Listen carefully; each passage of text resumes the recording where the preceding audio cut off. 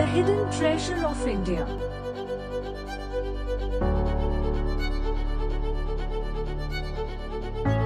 Ayurveda. Ayurveda म्हणजे हे आयुष्याचं सायन्स आहे. लाईफ ऑफ सायन्स असं ह्याला म्हटलेलं आहे. खरं तर कसं जगावं हे आयुर्वेदामध्ये हजारो वर्षापूर्वी सांगितलेलं आहे. पण आता लाईफस्टाईल डिसऑर्डर खूप आलेले आहेत आणि खरं तर आता आयुर्वेद सगळ्यांनी शिकावं असंच एक स्थिती निर्माण झालेली आहे. कारण आयुर्वेदामध्ये दिनचर्या आणि ऋतुचर्या खूप व्यवस्थितपणे सांगितलेल्या आहेत. आयुर्वेद म्हणजे काय हे तुम्हाला बऱ्यापैकी सगळ्यांना माहिती असेल, पण त्याचा खरा अर्थ फार कमी लोकांना माहिती आहे. आयुष्य वेदः आयुर्वेदः म्हणजे आयुष्य जगण्याचं शास्त्र म्हणजे आयुर्वेद. त्यामुळे आयुर्वेद म्हणजे फक्त एखादी चिकित्सा पद्धती नाहीये की हे औषध ते औषध किंवा ही चिकित्सा पंचकर्म वमन विरेचन बस्ती रक्तमोक्षण हे सगळे जे काही प्रोसिजर्स आहेत या सगळ्या प्रोसिजर्सना कुठला तरी औषध म्हणजे आयुर्वेद नाहीये.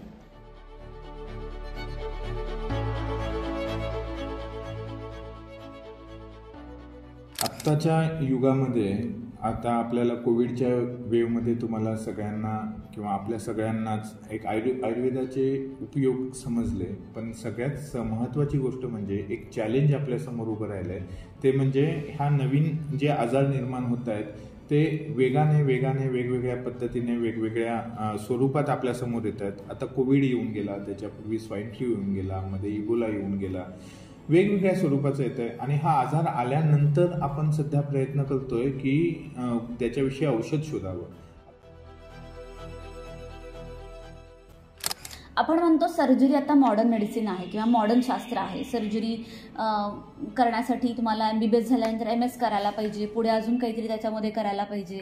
पण फादर ऑफ सर्जरी कोण आहेत तर सुश्रुत, जे की आयुर्वेदिक शास्त्राचे एक प्रमुख ग्रंथकार किंवा प्रमुख चिकित्सक असं मानलं जातं.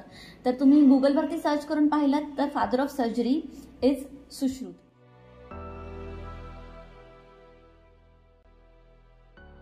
चिंचेवाडी सारख्या एखाद्या माळराणामध्ये एजिम एज्युकेशन ग्रुपने हे नंदनवन फुलवलंय. संत गजानन महाराज आयुर्वेद मेडिकल कॉलेज उभं केलंय. या माध्यमातून बऱ्याच विद्यार्थ्यांना, पूर्ण महाराष्ट्रातल्या भरपूर साऱ्या भागातल्या येणाऱ्या विद्यार्थ्यांना आयुर्वेद शास्त्र शिकायला मिळतं.